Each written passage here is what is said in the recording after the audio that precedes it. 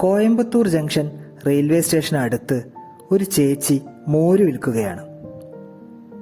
വേനലായതിനാൽ മോരിന് ആവശ്യക്കാരുമുണ്ട്.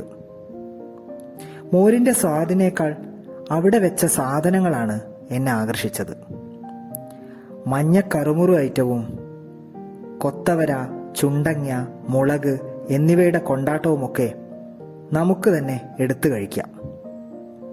കൊത്തവര കൊണ്ടാട്ടമാണ് super.